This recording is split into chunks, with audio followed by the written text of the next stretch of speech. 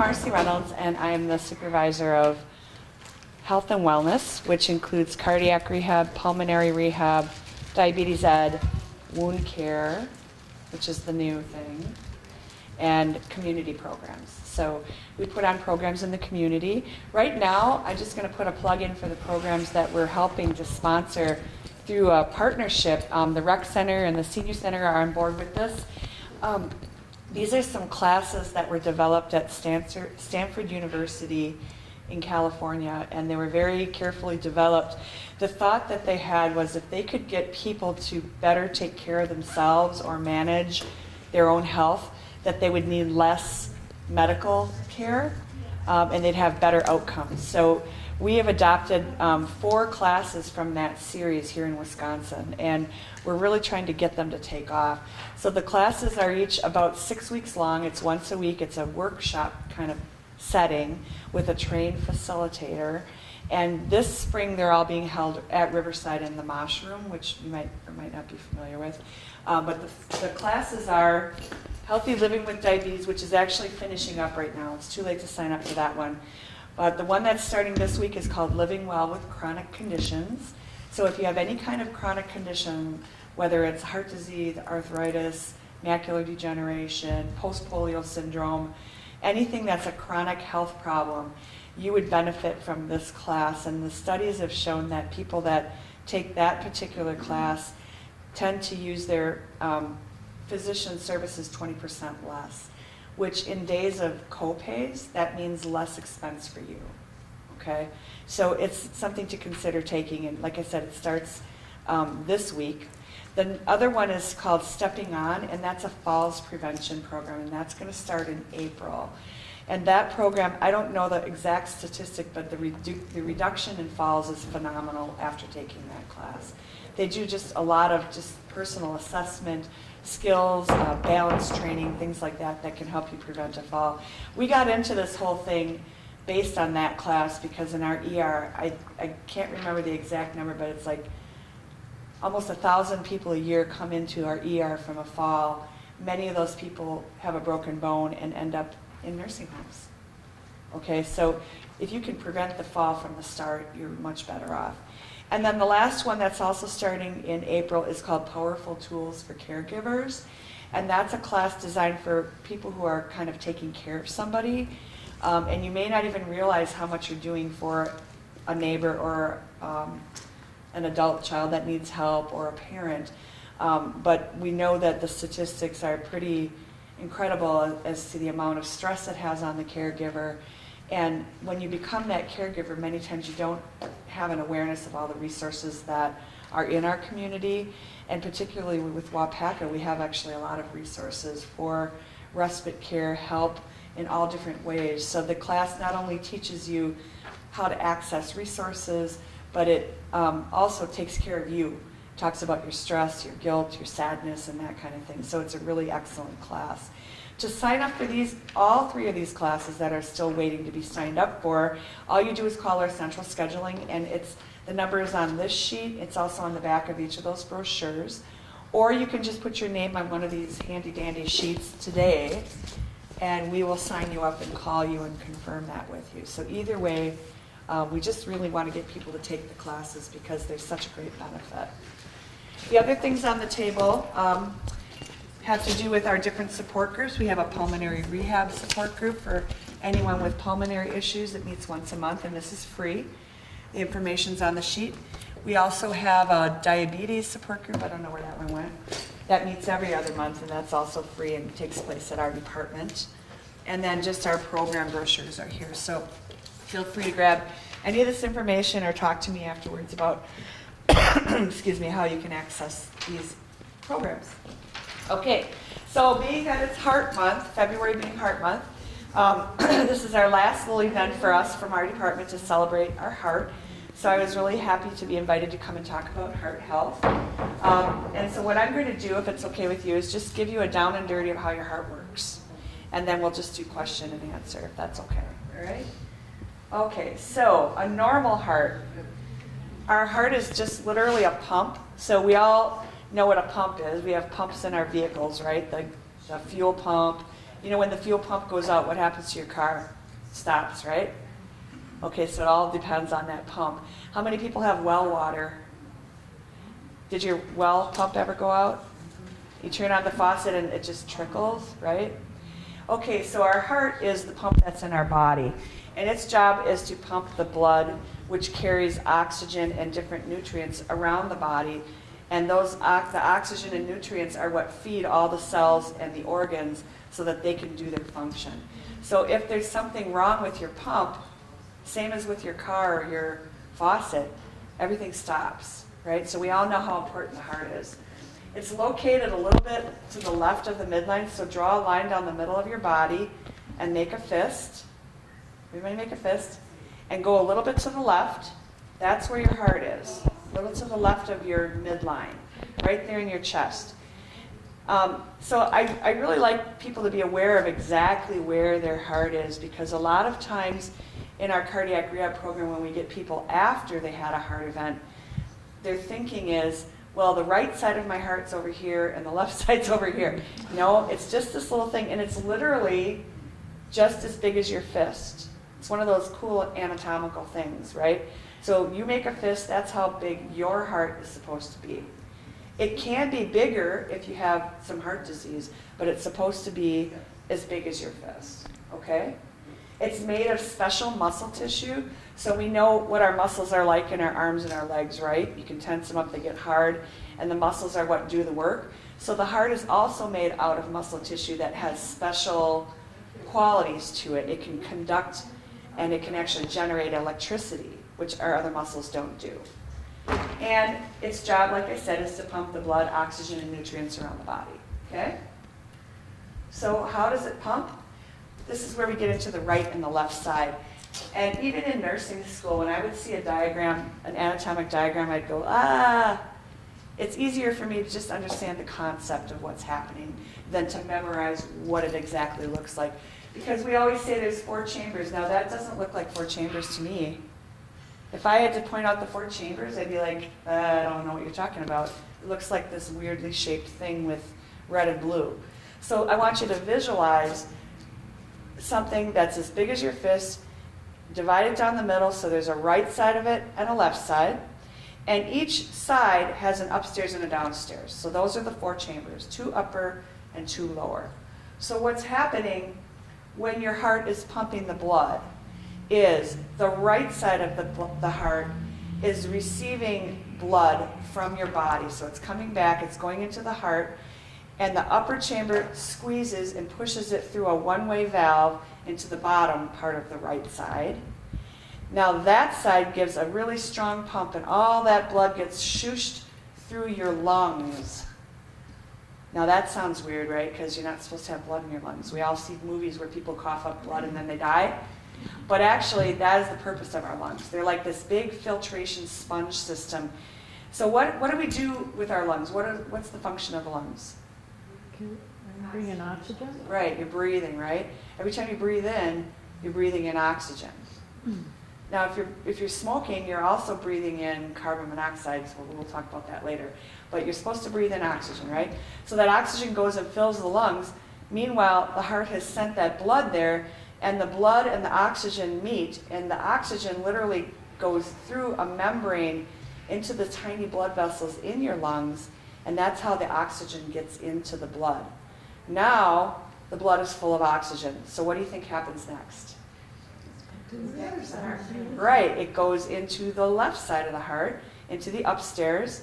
The upstairs pump squeezes it through that one-way valve into the bottom, and that bottom left part of the heart is the strongest part of the heart. And it needs to be, because its job is to give a huge push to send that oxygenated blood out throughout your body. So it's going through all your blood vessels, going to your eyes, your brain, your kidneys, your gut, everywhere, your muscles, your skin. Okay? So we want that muscle to be strong, right? Because it's got to really pump hard. So that's kind of the sequence of what's happening. And that's happening with every heartbeat. You have the lub, which is the right side, and the dub, which is the left side. That lub and dub is actually the sound of those valves that the blood goes from the upstairs to the downstairs. they open when the top squeezes, it kind of goes through there and then they slam shut. Okay, so the valves are also very important in your heart. So we've got the muscle, we've got the sequence where the blood goes, and we've got the valves. All right, am I losing anybody yet? Does that all make sense?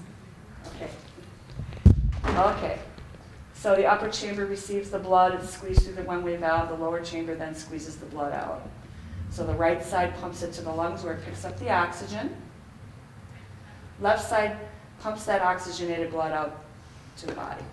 Okay?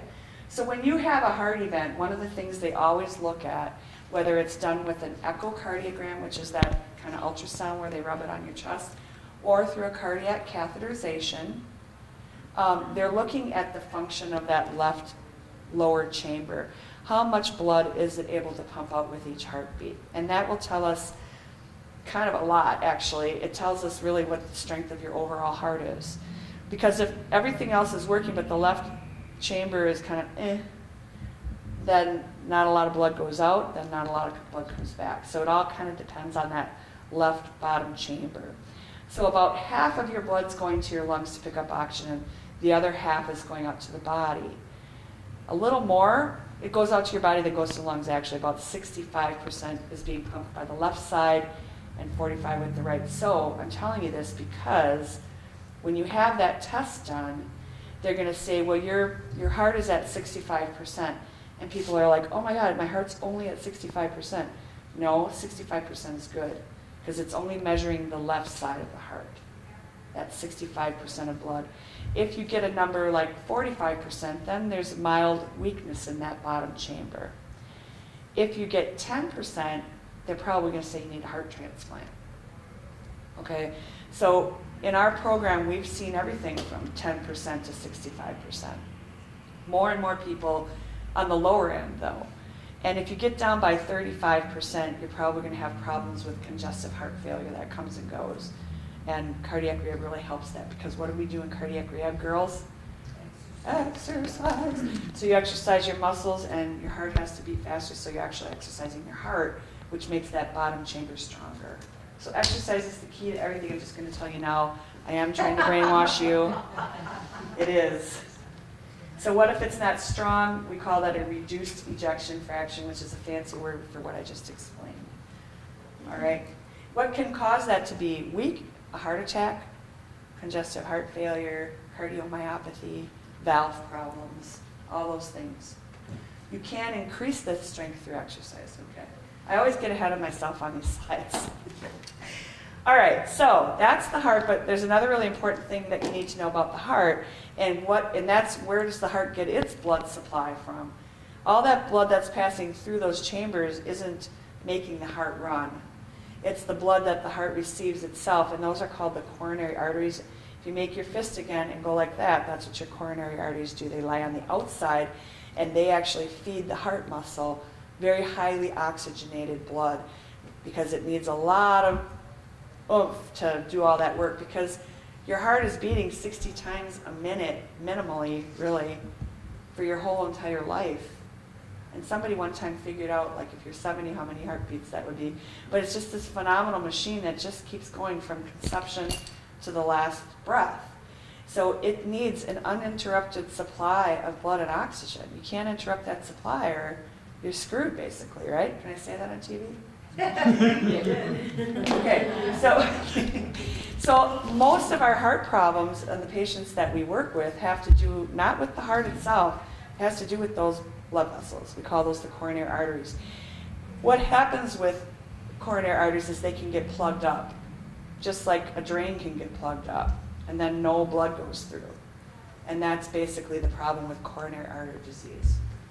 Okay? So you can see these two pictures here. One is open, that's what our blood vessels are supposed to look like. And then on the right, it says plaque. It's not like the plaque on your teeth that you can scrape off. It's buildup of this residue inside the artery wall itself. And it's literally got a coating on it so that you can't go in there and scrape it out. It becomes part of the artery wall. Okay? So we call that plaque, but look at how it's hard for that blood to get through there, right there. That's not a heart attack, that's just blockage. And not everybody has it, contrary to popular belief. All right? There are many people who have a genetic predisposition to develop this. However, a lot of the chance of building that up is based on things like your blood pressure being in good control, your diabetes being in good control, and your lifestyle. So people who are not active or who are not exercising are more likely to develop that blockage, okay? That doesn't mean it's easy to start an exercise program, I'm just saying. So symptoms of blocked arteries, the more blockage that exists, the less circulation your heart gets. So over time, you might start to be short of breath with activity. You might just be fatigued. You might actually have chest tightness with certain activity. Really, we've got so many typical stories. Guys will come in the fall, they'll have had a heart event because they didn't know they were sick, but then they went out just to hunt, which is the only time of year they walk. And they walk in the woods, and you lift your legs up like this. It's like marching. It's very aerobic. And they get out of breath, and they just feel like, oh, I can't hunt. Something must be wrong. Or they walk up a hill, and they get short of breath. Okay, so that's simply because not enough blood's getting to the heart, so then your heart can't pump as strong, and it's a very subtle symptom that you might be feeling. The danger is, if there's that blockage in there, unfortunately that blockage is not real strong. Okay, your arteries are strong. It's pretty rare that you blow a hole through your artery. Okay, but that blockage is not as strong as the wall of the artery, and it will break open from the inside. And what happens when that breaks open is your body sends blood clotters to seal the dike, and that forms a blood clot at that area. That's a heart attack. Now no blood gets through. And the portion of the heart beyond that clot is starving. It's like, where's my circulation? I can't work without circulation. And it really, within a few hours, that part of the heart muscle will actually become necrotic and die. So that's why it's really, really important, if you start to feel symptoms that you think might be your heart, to get in and get it checked out. Because there's that small window that we can save that heart muscle. But it's not a very long period of time. So we don't want you to have a heart attack. All right, so the process of where does that blockage come from? That's the problem, right? We call that coronary artery disease, CAD. It's a chronic condition. Becomes more severe based on certain conditions and risk factors. There's not a cure for it, but it can be treated with lifestyle changes and some medications. Usually a combination of the two. Okay, so I guess down here, these are supposedly the risk factors. Smoking really does cause blockage because it's so rough on the inside of the artery that that blockage just sets in there. Being overweight, having a lot of stress, believe it or not, and not exercising. Those are just some of the risk factors. Diabetes is a huge risk factor for coronary artery disease. Okay, so let's just talk a little bit about those valves. Remember I said that the upstairs and the downstairs have a valve between them. I'm not going to go into huge detail here, but basically those valves can become damaged just like the valves in your car. I guess there's valves in cars, I don't know. So my husband says. He says there's valves in there. Anyway, but they can become damaged, and so then think about it. If the blood squeezes through that one-way valve and goes down, and now this thing pumps, the bottom pumps, if that valve is damaged, some of that blood's going to go right back up. And then it's just going to go sloshing, sloshing, sloshing. And so then what the heart does is it says, oh, I'm not strong enough, I must get bigger. And so the heart enlarges. But as it enlarges, it actually gets weaker. That kind of enlargement is not good enlargement. Okay? So then people end up having valve surgery and having them either replaced or repaired. So we have quite a few patients that have that. What makes that heart do all that pumping? How does it do it? And it's got to be super regular. And that's the electrical conduction system that's in your heart. Remember I said the heart muscle is muscle, but it's got special qualities. It can actually generate and conduct electricity. So each chamber of the heart contracts in a certain order, so it's bump, bump, bump, bump, bump, bump, bump, bump. And any variation of that is not normal. And to me, it's amazing that so many of us have normal heartbeats with all the problems that could happen. I'm always amazed by that. So we watch their heartbeats in cardiac rehab when they're exercising to make sure that it's normal. Sometimes people will have an abnormal heart rhythm after surgery for a while, and we kind of deal with it. We get them on certain medications, or we know what time frame to expect and stuff like that. So that's one of the major reasons for going to cardiac rehab. Some abnormalities can be serious and some not. Common problems include atrial fibrillation. I think everybody's pretty much heard of atrial fibrillation nowadays, right? That's where it's very irregular. So it's not the regular rhythm, but it's da, da, da, da, da, da. And that can cause pooling of blood, which can form a clot, and then that clot can go shooting up to your brain and you have a stroke. That's the major problem with atrial fibrillation. So usually people with atrial fibrillation have to be on the dreaded Coumadin, right? Anybody know someone on Coumadin? You're on it? How many people are on Coumadin? And what's the worst part about being on Coumadin? Pardon? Having those stupid blood tests. Keep it in check. Keep it in check, yeah. And it's a very narrow window of the thickness, thinness amount we want in that blood. And you can be going fine, and then you go to a party and have a couple cocktails, and then your blood's too thin, and you could bleed. Or if it gets too thick, you could form a clot. So it's kind of a daily stress being on Coumadin. And lots of appointments and lots of phone calls, and there isn't another way yet. They've developed a couple other meds for that, but they're not perfect either. So we've had a few patients on them. I think it's because we have a system to track the Coumadin that's more reliable. The other meds, problem with them is you can't reverse them if you need surgery. And so some people just opt to go on Coumadin. Most people opt to go on Coumadin. Okay. Sometimes people get an implanted defibrillator because they have the dangerous heart rhythm tendency. And so they figure, well, let's just put the defibrillator right inside of him so that when it happens, bam, he gets defibrillated. Because defibrillation is what can save you from a very dangerous heart rhythm. Because what it does is it puts an electrical shock through your heart, which makes everything stop. So think about this. What happens when your computer is messed up? What do you do? Call the helpline. Reboot it, or turn it off, turn it back on, and it works. That's as much as they know about why defibrillation works. That's it. That's why we do it, and it does work. It saves lives.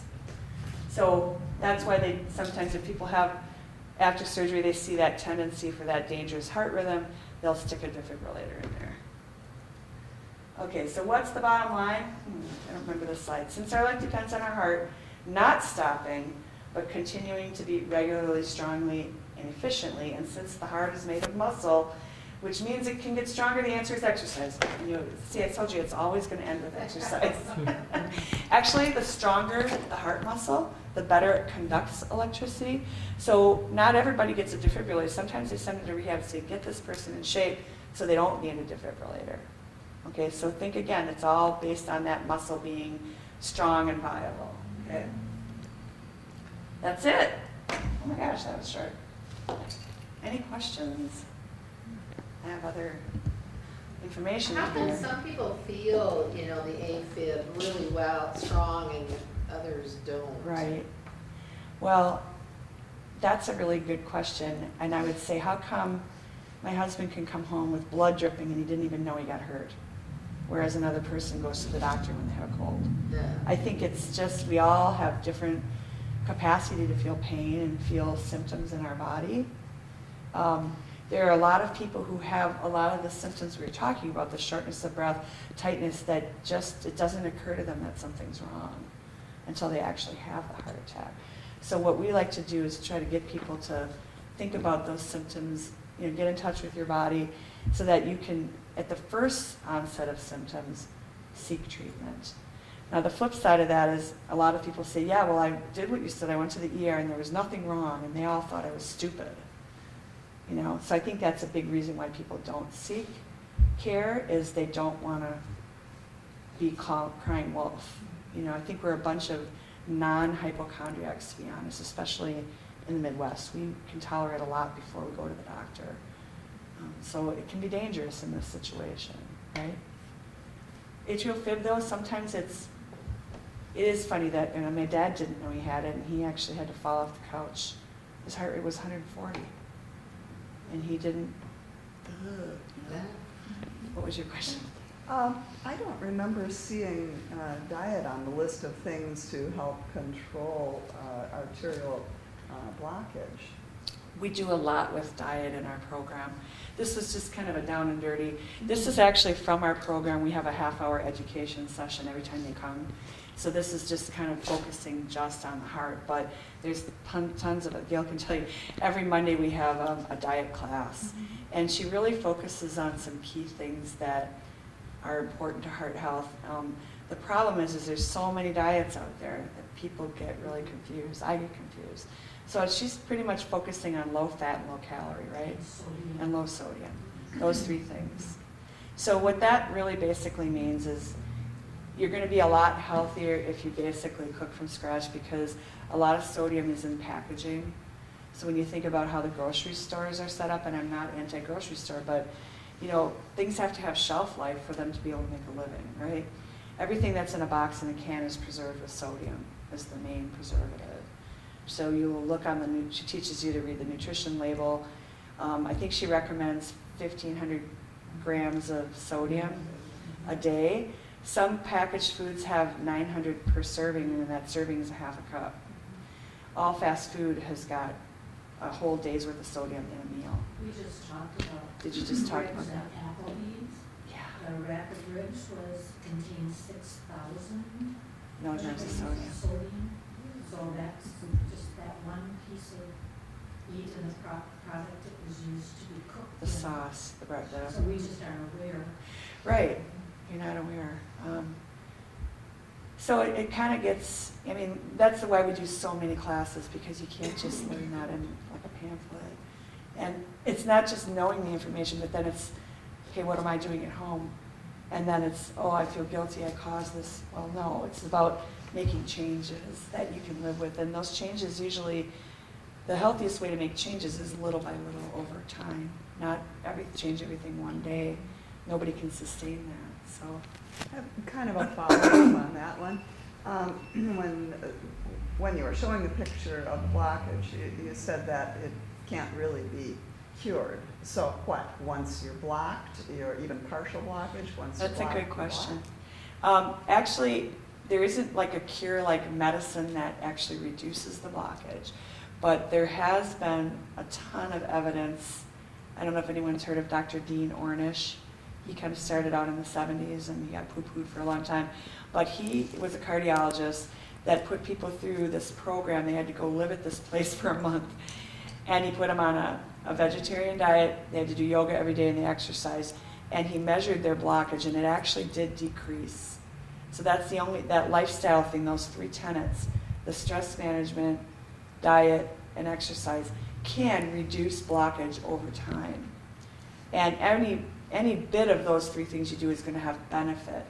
If you have blockage that's over 80% of the vessel, they'll put a stent in there to open that back up. If the blockage is in a place that the stent doesn't fit, or it's at like a V, then they do bypass surgery. So that's how that's treated medically. So it doesn't take away the things that cause the blockage, it just opens it up again. And sadly, if people don't then make those lifestyle changes, then they end up having blockage in their new vessels or in the stents. We've had a lot of repeat offenders in cardiac rehab. We had a guy had bypass done 3 times. So that's why we know, making changes in lifestyle is super hard to do. And everybody has their personal reason why it's hard. So what we try to do is kind of peel away the layers and find out how can this person make a change. Some of it's education. I think the more you learn, but then the next layer is there's some emotional reason that you're not making that change. It's really, I don't know if anyone's ever smoked. It's super hard to quit smoking. If that's your stress management tool and then they take it away from you, then you have to deal with the stress. Which for some people that's really hard. You might have a lot of things that happen to you in your life that you just can't deal with. So it's very, very heavy duty making those lifestyle changes. So we try to make it fun. I think we try to make it fun. Very much. Yeah, and then we try to get people, I'm just so glad to see you guys here, because on their off days, they're coming here and they're walking and meeting people. And so maybe you don't like exercise, because my theory is 80% of us don't like exercise. But There's other things you can do to make it enjoyable, like finding a partner, coming to a fun place, going to programs, mixing it up. And the rec center and the senior center have done phenomenal work in making exercise fun. I mean, everything you can think of you guys are offering, and it's basically free. Yep. The heck? So you know what? We can't say we can't afford to make these changes because it's pretty much free. I think if you want to join the rec center, is it $10 a year? Yeah, it's $10 if you're a city Resident? Farmington and Dayton will pay the $5 difference. I bill them, so it's only $10 if you're from Farmington or Dayton, and everybody else it's a whopping $15. So yeah, it's pretty. 2 packs of affordable. cigarettes, ladies. So that's what this class actually is about, is how to make lifestyle changes. How to do that. It's very methodical, and there's some proven action plans that they have people work on. So anyone who wants to sign up for this, it starts Thursday. We still have a few seats open. I have taken all these evidence-based classes, either mostly because I needed them, you know, sometimes just because I wanted to see it. And it really is good. The Living Well with Chronic Conditions, I took right after I had Lyme's, and I have so many, you know, residual effects from that. And that helped me accept and deal with it proactively instead of being so upset about that I had these, you know, Yeah. residual issues. And, you know, I think it can be used for a lot of things, even stress. Yeah, well, that's the bottom line for you know, we teach a lot of different classes. We have the pulmonary rehab and cardiac, but then we have our afternoon program, and we have a pre-diabetes class. And the common thread that's running through there is underlying all these unhealthy habits is stress. And so these are the things that help us deal with stress. And so the trick is to reduce the unhealthy things and find healthier ways to deal with our stress. And I'm not kidding, the stress, like I talked at the pre-diabetes last night, people were bringing up things that happened when they were 7, and they're so mad about it, and they're like in their 50s. And that's me, I'm like, yeah, that girl that told me my reds didn't match. And now I'm paranoid about making my clothes match. You know, I mean, the effect that things from childhood have on us and form our habits is incredible. The way our parents rewarded us with food, and then we rewarded our kids, and we all have a weight problem. Well, why do you think that is? Because we've got food around us at all times. So it's not having food, but having healthy food, you know, where we can still celebrate with food, but it's not, you know, these gorging, you know, TGIF Friday servings. But we're not supported in our culture for that, right? I mean, we go to restaurants and they bring us a platter. Does anyone feel embarrassed by those big white plates they use now? I'm like, I feel so stupid. They're putting the trough in front of me, you know? And we like that, though. The restaurants, we work with the restaurants, and it's very hard for them because they say, if I serve smaller servings, then people won't come here. So we're all kind of complicit in this food culture that we have, right? So it's, yeah. Conflicting information on foods all the time, too. Right. This guy's good, this guy, don't eat this food. Oh, now it's okay. I know eggs are okay now. And Yeah, you know, and butter. I started in cardiac rehab in like 1990, and it was no eggs until like a month ago. Now eggs are okay. It's like, oh my God. So it's very confusing, isn't it? It's infuriating, really. Following what she said, I can remember my mother-in-law, she had a heart problem, and she was so careful about her diet, ate only margarine, which is a no-no now. And I remember at the time, too, first she couldn't have shrimp, well then shrimp was okay, and that's how it's gone. I know. I know. I think they found out more about fats or different kinds of fats. Well, here's what we've kind of boiled it down to in our world now, because we feel like we don't want to be part of that ridiculous system that restricts foods. What we know is, aside from food, our muscle mass dictates our metabolism. Metabolism is how things move around in your body. So blood sugar, lipids, okay? So if your metabolism slows down, which it does when we stop exercising, that's when the dietary stuff is important. So if you, for instance, were a farmer and you worked really hard, and farmers get about 10,000 steps a day plus, right? The old farmers, not the mechanized farmers, but the old farmers that did everything, and they walked the fields, they didn't have a four-wheeler, you know, they did all that physical labor. They could eat butter and eggs and bacon and not have a problem, but when the minute they retired, they kept eating that way, same amount, same food, bam. So we know that all of this is, nutrition's important, but exercise to me is more important.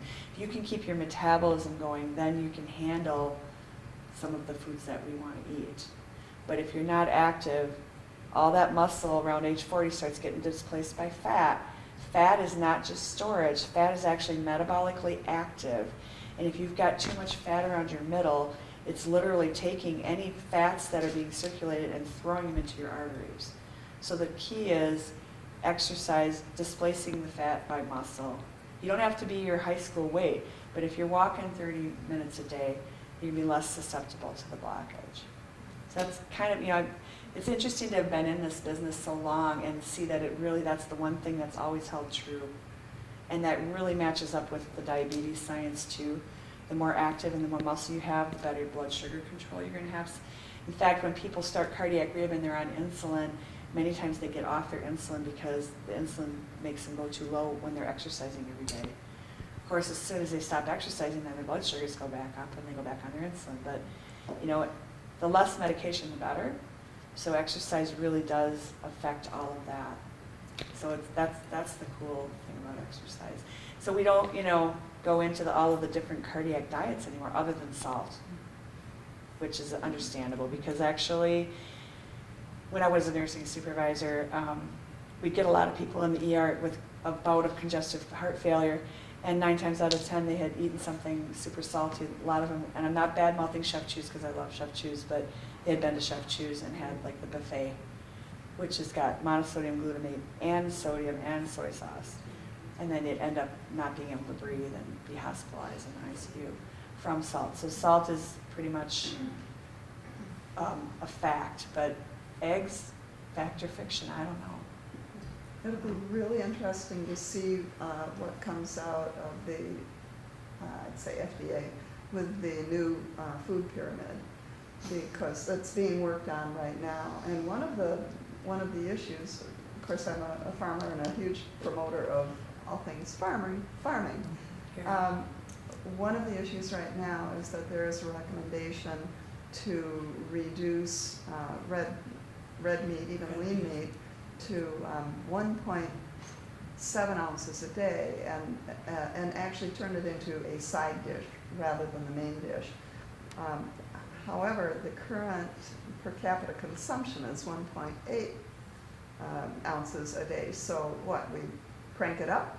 I mean, but there are a lot of things like that. The new food pyramid is supposed to be talking about significantly increasing fruits and vegetables in the diet, so that's going to be the mainstay, which of course does what to the recently recommended whole grains area, and the proteins that your body needs as well to function properly. It'll be really interesting. It's like being Catholic. It changes with every new pope. It does. That's a really good analogy. I'm going to use that.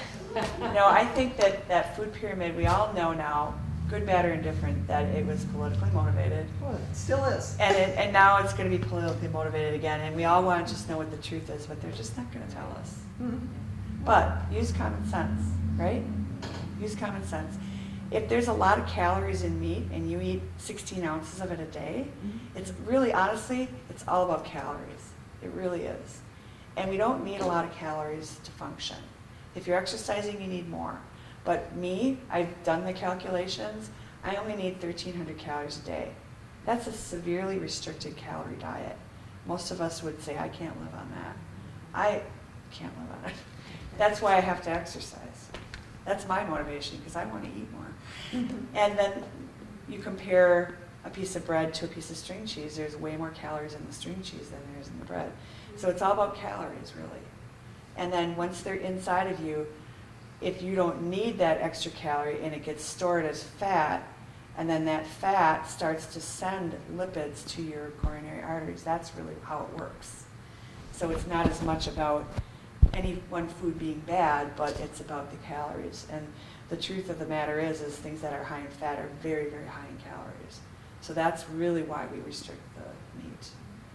But if you like meat, and that's, you know, you can be on a 1,300 calorie diet and have a bigger portion of meat if you're exercising. And I don't think that's going to come out in any food pyramid. I Well, really it's don't. also a difference between your average intake over a period of time and what you splurge on today. Mhm. I mean, having a Friday night fish fry with deep battered fish and French fries is not necessarily going to kill you if on Saturday and Sunday you're enjoying a fresh salad with That's true. with tuna and. Yeah, But- we but talked we about got- that last night, actually. What is the amount of splurging you can do? And really, everybody has to decide that for themselves. And I think there is a big philosophy that you should just eat whatever you want one day of the week and then eat sensibly on the rest of the days. That works for some people, but a lot of our patients actually who've already had the heart attack, you find out splurging is a daily thing.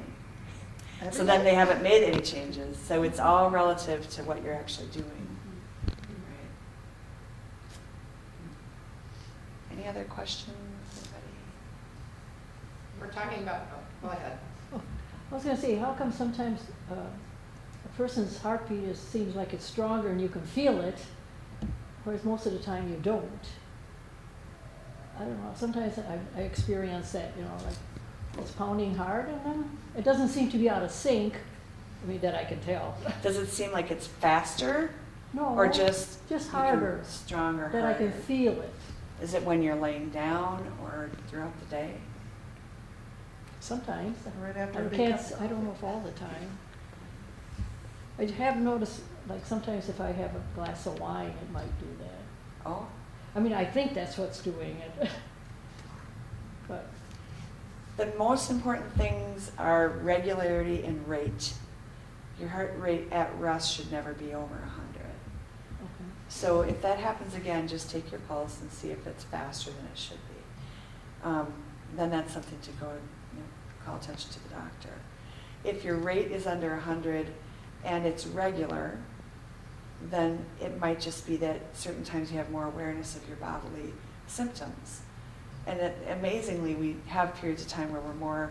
How many people have ever heard of, well, okay, so like you hear someone has cancer and died, suddenly you start feeling, oh, I have a pain here. You know, you've had that all along, but now you're more aware. And I think, I'm just talking off the top of my head, but if you say it's relation to wine, wine will reduce your inhibitions and make you more in touch with feelings, relationships, and that's the beauty of alcohol, right? So you might feel it more when you drink wine. You might have a kind of a flushing sensation. Flushing, when people are sensitive to red wine, they'll get a reaction almost. It's not really an allergy, but they have their blood vessels suddenly open up. It actually can bring your blood pressure down, but you might feel hot, and that might be felt as feeling your heartbeat more. Now, people who have bypass surgery, they have to cut through the heart, and there's like a soundproof sac around the heart, and once they interrupt that, they literally can feel and hear their heartbeat. Drives them crazy. At night, especially when they're sleeping, they sense it more because there's less stuff to distract you, and you can feel it more at night. So just some things to think about. Just pay attention if it's too fast or if it's irregular. Yes. What is happening with low blood pressure? What do you mean low blood pressure? I went to give blood, and the technician checked my blood pressure, and she said, "That's too low. You're going to have to go run around the block before we do anything with you." So I went out and ran around the block, and when I came back, she took my blood pressure and said, "Okay, now you can give blood." what is happening with a low blood pressure? They must have a protocol that if it's lower or higher Yeah, than there's blah, blah, blah. Yeah. But are you on medication for your blood pressure? Then it probably isn't a problem unless you have an underlying heart condition, which you don't look like you do. You have good color. What would be an unknown heart condition that would cause a person to have a If low you blood had a damaged heart that wasn't pumping very strong, Mhm. but you know, if you had that, I'd see that. I mean, you'd be real pale. You wouldn't be able to breathe. You wouldn't be able to walk across the room. That would be the only natural cause for too low a blood pressure. Some people just have low blood pressure. It's actually a good thing, but they do have to have parameters for any kind of procedure. My daughter has low blood pressure, but she runs. Well, So, a healthy heart is Yeah. that's supposed to do it, but. Well, this it is also very makes your strange. pulse lower if you're a regular exerciser. That just means your heart doesn't have to work very hard. Each pump is like 2 pumps for me. If someone's got a super strong heart, it's hardly working at all to maintain because it's in such great shape. And of course, the blood pressure is also lower too. But we don't really worry too much about too low blood pressure in terms of it being a problem. The only other thing I can think of is in the summer when people are physical, if you're dehydrated, that could make your blood pressure too low, and just drinking more fluid brings it back Well, up. that's true, she did put Yeah. a couple of glasses of juice in me. Yeah. I thought, you know, is there something I'm supposed to be worried about if she actually told me to go out and run before, I mean, what's wrong with my blood? You know why she did that? Because she wanted you to give blood. And I didn't fit the parameters. She's really just supposed to say no. she didn't want to send you home. But she wanted your blood because they're having a huge blood crisis right now, and they're just grasping at straws to get blood. So everybody should get blood. Any other questions, Gail? To know our heart rate, that shows up when we take our blood pressure? On the machine at work it does, Yes. yeah. Mhm. Otherwise, just to know your heart rate, you just take your pulse. And you can take it for 15 seconds and then times that number times 4. Or take it for 30 seconds. If you do it for 30 seconds, then you'll notice if it's irregular or not. It's better to take it for longer than just times it times 2. That's your heart rate. You should always check it here. You really shouldn't check it here. Because what you end up doing is massaging your carotid artery, and you might actually pass out from that. So always check it radially. What if you can't find it? I know. I can never find it. It's hard sometimes to find your pulse. I know, it's I just there, found man. mine. And always with your fingers, because you might have a pulse in your thumb, so always with your fingers. You kind of go in between, there's like a notch in there somewhere. I should be able to find it. I'll have to work with you, Terry. I don't have one. Sad. Let me see.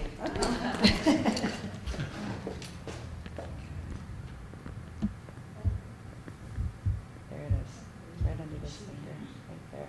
Okay. Of course, we don't have a clock around here with a second hand. It's behind you, Oh, that's got a second hand. No, no second hand. but it doesn't have a second hand. Yeah, no. Any other questions, well, you guys? The one I was gonna ask was, cholesterol and heart. Okay. So. What does cholesterol do to the heart? All right, so I didn't go into that, but I'm going to go into that now. Okay. All right, so your coronary arteries, remember I was showing you where the blockage is. What is that blockage made out of? Do you have any ideas? Cholesterol. All right, so it's not so much about the number of the cholesterol. What we do now is a lipid panel that looks at some other factors that are part of the cholesterol. And there's the cholesterol, which is the goo that blocks up your arteries. But then there's HDL and LDL. I should quiz you too. You should know this by now, right? Okay, those are actually transporters that grab cholesterol and put it somewhere. So if you have too high of an LDL, what that's doing is taking that cholesterol and putting it in your arteries. If you have a high HDL, it's taking that cholesterol, carrying it to the liver where it gets disposed of. So what our typical person who has blockage has a high LDL and a low HDL. So when you get your blood tested, you don't just want to know the cholesterol, you want to know the full lipid panel. Okay? There are things that can make that LDL higher, and that is a lot of saturated fat in the diet. There's all kinds of fat. There's olive oil is a fat, right? All the oils we cook with are fats. Lard is a fat, that's a saturated fat. Saturated means it turns hard at room temperature. So like if you're making chicken soup and you leave it sit out overnight, which some people do, and you get that layer of gook on the top, that's saturated chicken fat. So when we teach people about calories and fat, we try to get them to reduce that saturated fat. And you can still eat red meat, you just need to cook it and get rid of the saturated fat. So we recommend grilling so that it drips out, and then you're losing some of the calories and the fat. But anyway, you want your LDL to be low, and you want your HDL to be high. So the way to get the LDL low is obviously exercise, reducing your saturated fat, and there are medications that help bring that down. The only way to make the HDL go higher really is through exercise. Again, I'm trying to brainwash you, but this is all true. I'm not making this stuff up. Some people who have high LDL, low HDL, it's a hereditary thing, but it's not very many people that actually have that. Most of it's due to our lifestyle. So that's where the meat stuff comes in, but that doesn't mean you can't eat red meat, you just need to cook it different. Does that make sense? Yeah. I just had my wellness, the company that I work for requires a certain number of wellness programs during the year, and I had my baseline done at Christmas time. I wish I could remember what the numbers were because of my chin dropped and my eyebrows went the opposite direction because my cholesterol was something like 230. I mean, it was, but my HDL was so high, they said, no problem. Yeah, we're not going to worry Right. about you, you're fine. Right, and you said that you're really active. Yeah, so that's what, we used to just go, like 30 years ago, they used to just go by cholesterol. Yeah. But that was totally missing the boat. If your HDL is high, it's not a problem. Because what's the HDL doing? It's grabbing the cholesterol and taking it away from the arteries. So that's what the medication does? The medication lowers the LDL. It lowers the one that puts it in the arteries, but it can't do anything to the HDL. The person who develops an HDL pill is going to rule the world because that's what everybody wants. And then we wouldn't have to exercise. Get on it. I've got a better idea. My barn needs cleaning really soon. Yeah. Because apparently this is, shoveling manure works. Yeah, it's very high heart activity, shoveling anything, So I'm yes. going for volunteers if anybody wants to come. I mean, I didn't really think about that. It's, Yeah, if you stopped exercising, your LDL would probably go down. Well, just think of our I think of my That's grandma and just grandpa it. all the time and how they ate everything and But put they lard also on their worked. bread, but they also farmed. And it They wasn't worked. just the men, I mean the women. I No, mean yeah. nowadays, if you want to make something, the new cookbooks, everything is push a button. You don't even have to grate the carrots for the carrot cake anymore. And the minute you have to do it, you're like, man, this is hard work. I'm not doing this. Yeah. I'm going to buy a mix and put it in the microwave. So we're not doing anything anymore. We're not doing the crank laundry. We're not vacuuming. We're not doing all that physical stuff that our mothers did. Well, And keep in the honestly, garden. yeah, and women have smaller hearts and their blood vessels are smaller. So when we get the heart disease, it's more severe. It's more catastrophic. Men, they got those big old hoses on there, they get some blockage. You get a stint, they go back to work at the foundry, they won't even come to rehab. But women, it can be such a severe heart attack that it affects the function. Now their heart's weak, they have congestive heart failure. Plus we're emotional, so we're depressed. You know, I mean, it's bad. So anything you can do to get those arteries bigger, which exercise actually makes your arteries bigger, and reduce that blockage is, you know, prevent a heart attack if you can. So if you have congestive heart failure, would you would be in cardiac rehab? You're eligible for cardiac rehab, just started this year, if you have congestive heart failure, but you have to have a pretty low number. Remember that number I was talking Right. about? It has to be below 35 or lower. So if you have any question, if you qualify, call us and we will check it for you because we want those people in Yeah. rehab because So it if makes you- such a difference. Is there a point, I mean, I hear a lot of the seniors saying they have congestive heart failure. And is there a point where they say, your congestive heart failure is so bad, you shouldn't exercise or you shouldn't. That's what they were saying, but most of us rehab pros, we've done a lot of legislative work on this. We would get people with a heart attack and congestive heart failure, and their heart failure always improved from the exercise. Well, yeah. So now you can get in just with your heart failure. You don't have to have had a heart attack. But it's so new that it's going to be a long time before we start to see the influx. The sad thing is at the last hour on Capitol Hill, they changed that number to be lower than we wanted it to be. Oh. So you have to have, the people we're seeing with heart failure are pretty sick. Some of them are in home care. So we were hoping that it would be the walking people so that we could prevent it from. Prevention, yeah. But you know, that's how, Medicare was not set up to be a prevention program. It wasn't. And it's all about prevention though now. Now it is, yeah. Well, I always thought that was weird when I heard people say, I'm not supposed to do anything. That's- I'm like, seriously? That's a myth. Yeah, I'm like, seriously? You can't strengthen your heart. Now, if somebody doesn't qualify because of their number to come into cardiac rehab, they can go in our afternoon program and get pretty much the same benefit. It's just that we're not like standing by your side the whole time. But the key is to exercise to get that heart stronger so you have Yeah. less bouts of the congestive heart failure. And staying away from the salt. Yeah, well, I know that you go through don't you, when you have diagnosed with that, don't you go through like a nutrition or diet type program? If you're in cardiac rehab, yeah, it's Oh, a lot of yeah. education. Okay. But the people in the afternoon, we let them just come to the classes if they want to for free. So they can get the same benefit, they just have to arrange it themselves. And we don't get a lot of takers on that, but you know, this year we're going to do a big push. We're actually, before we do our big push, we're trying to work with home health and the inpatient side to make it an automatic referral in, and then we'll start marketing it more. So it's pretty new. And which of the programs is that? Cardiac rehab. It is, okay. How about triglycerides?